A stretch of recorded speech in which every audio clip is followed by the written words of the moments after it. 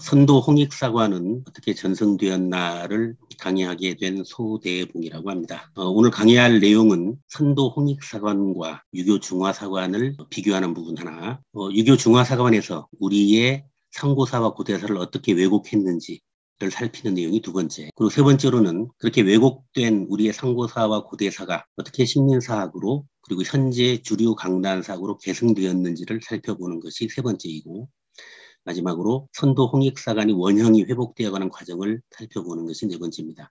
다루는 양이 워낙 방대하고 많아서 큰 틀 중심으로 강의를 할 수밖에 없다는 것을 미리 양해해 주시기 바랍니다.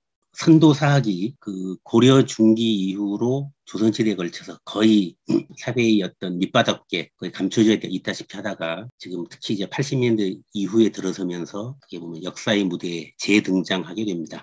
가장 큰 이유가 이제 고고학적 발견인데, 만리장성 밖에서 요서 지역의 상고 문화가 등장을 합니다. 자, 여기서 우리가 만리장성 밖이라는 부분을 주목할 필요가 있는데요. 우리가 이제 집을 지을 때 담을 쌓지 않습니까? 그 담의 의미가 있죠. 그 안에는 내 땅이고 담 밖은 우리 땅이 아니란 얘기죠. 예, 만리장성 밖에 거기서 고고학적 유물들이 굉장히 많이, 유적과 유물이 많이 발견이 됐습니다.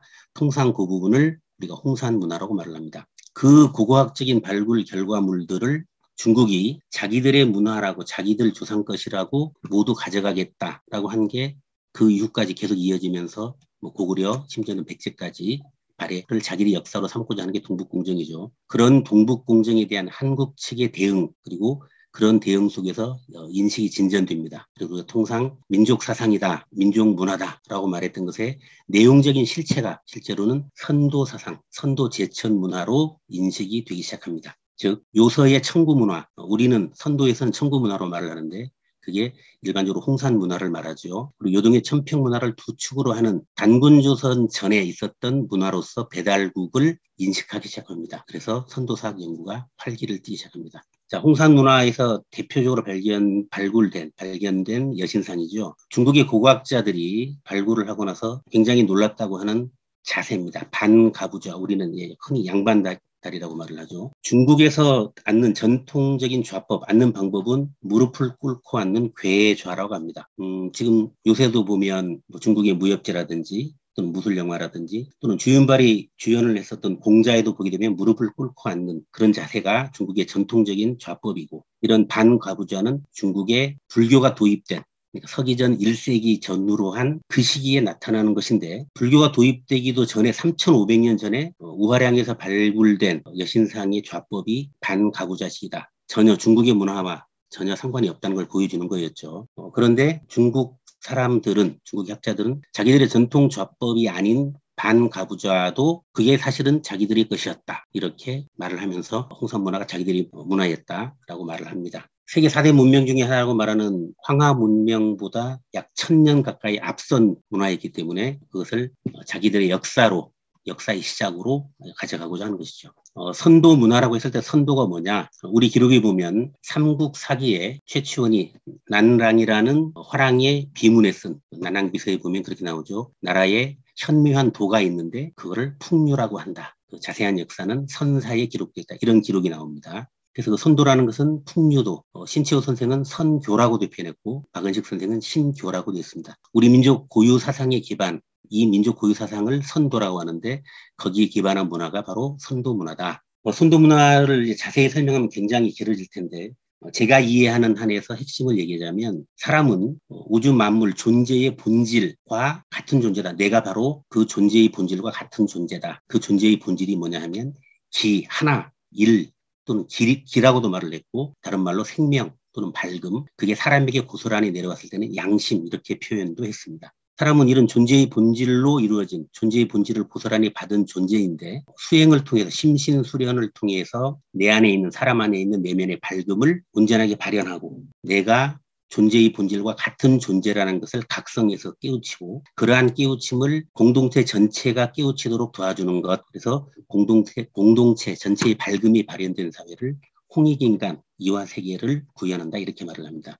자, 여기서 잠깐 우리 조상들이 봤던 존재의 본질 기라고 하는 것을 서양에서는 어떻게 바라보고 있습니다. 현대 물리학에서는 천재적인 천체 물리학자 스티븐 호킹은 우주의 구성 요소를 세 개로 봤습니다. 첫째는 물질, 질량을 가진 덩어리가 있다. 두 번째는 에너지가 있고, 세 번째는 물질과 에너지가 존재하는 공간, 이거를 우주의 구성 요소라고 봤습니다. 아인슈타인이 일반 상대성 이론을 발견한 1904년 5년 그 이후로 물질과 이 에너지와 질량을 가진 물질은 서로 전환된다라는 것을 알게 됐습니다. 그거를 그 기술로 연결시킨 게 이제 원자폭탄이죠. 그러면 이 물질과 에너지가 결국은 같은 거기 때문에 현대 물리학에서는 우주는 뭘로 구성되어 있냐면 에너지와 그 에너지가 들어있는 공간, 이렇게 이해를 하는 겁니다.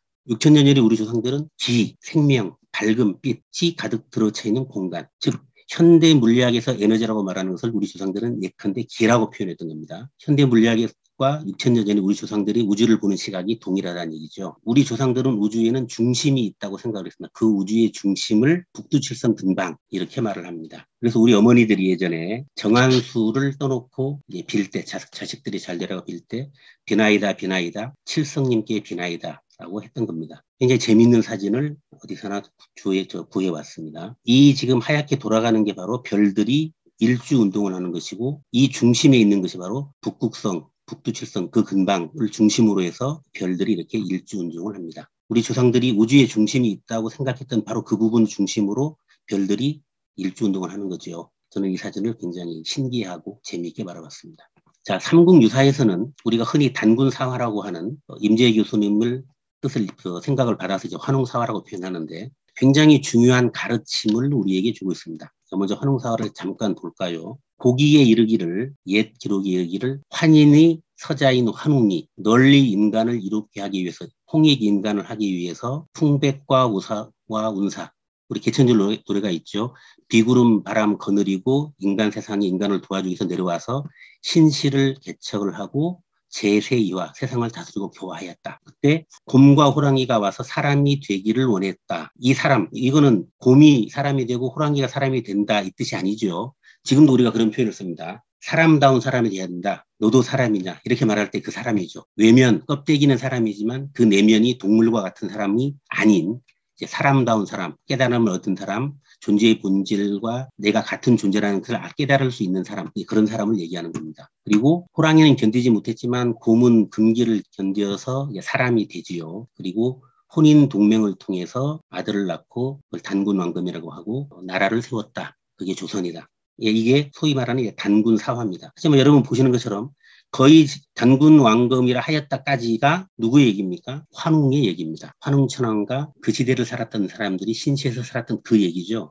그래서 이거를 단순하게 단군 사화가 아니라 사실은 환웅의 얘기다. 단군을 낳기까지 환웅의 얘기다 해서 환웅사화라고 저는 부르는 게 맞다고 봅니다. 근데 이 환웅사화가 굉장히 중요한 것은 우리가 배워본 역사에 의하면 인류의 역사는 우승열패, 약육강식, 힘이 세고 문물이 앞선 종족과 민족이 그렇지 않은 종족과 민족을 침략하고 정복하고 지배하는 역사로 배워왔죠. 20세기 제국주의 시대까지 그렇게 배웠습니다. 그리스 로마라든지 또는 이집트, 세계 어디 문명도 거기서 벗어나는 것은 없다고 배웠는데 우리의 역사는 그러한 정복과 지배와 침략의 역사가 아니라 환웅족에게 곰과 호랑이를 토템으로 하는 종족들이 와서 우리도 당신들처럼 사람답게 살 수 있도록 해달라고 하니까 우리가 배운 역사 상식으로 보면 바로 잡아다가 노예로 부려먹거나 할 텐데 그렇지 않았습니다. 깨우치게 만들어주고 도와주고 나중에는 혼인동맹으로 해서 새로운 세상을 열어나갔죠. 그 낳은 아들을 통해서. 즉 침략과 정복과 지배가 아니라 조화와 평화 그리고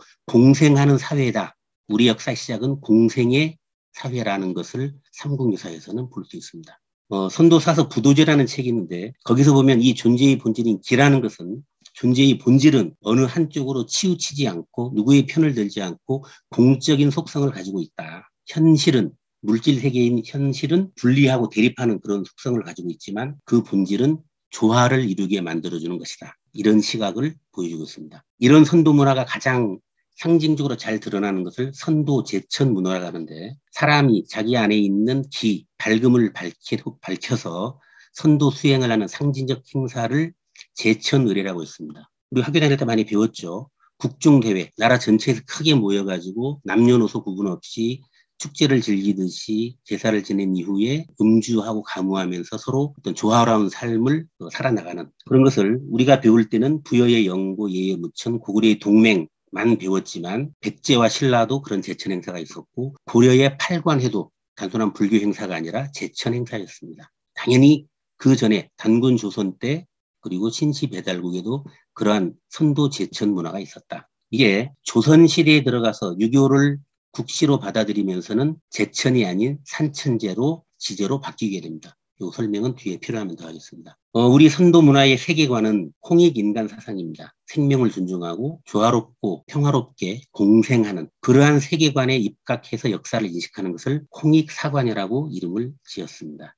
예를 들면 역사 기록에 저희는 세금을 5%, 20분의 1의 세금을 넣습니다. 이 얘기는 맹자에도 나오는 얘기죠.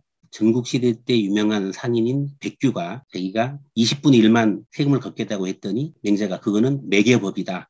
우리는 맞지 않다. 우리처럼 많은 것을 걷어서 소비하는 그런 사회에서 맞지 않다라고 하는 부분에서도 나옵니다. 중국의 최초의 나라라고 할 수 있는 하나라에서부터 연좌제가 시도가 됩니다. 명을 따르지 않는 신하들을 죽이는데 그 처와 자식들까지 죽인다는 게 기록이 남아 있습니다. 우리의 조상들은 연좌제를 적용하지 않았습니다. 그리고 법을 만들 때도 백성들의 의견을 들어서 공법을 만들었고 이러한 홍익주의적인 어떤 생활 태도, 철학, 사상들은 한 나라에 우리나라에만 국한된 게 아니라 다른 나라에도 계속 전파해서 모든 사람들, 모든 인류가 모든 종족들이 그런 홍익인간의 정신으로 살아갈 수 있도록 전파를 해줍니다. 그게 부도지의 기록에 보면 환웅천왕과 단군왕금도 그런 역할을 했다고 나옵니다.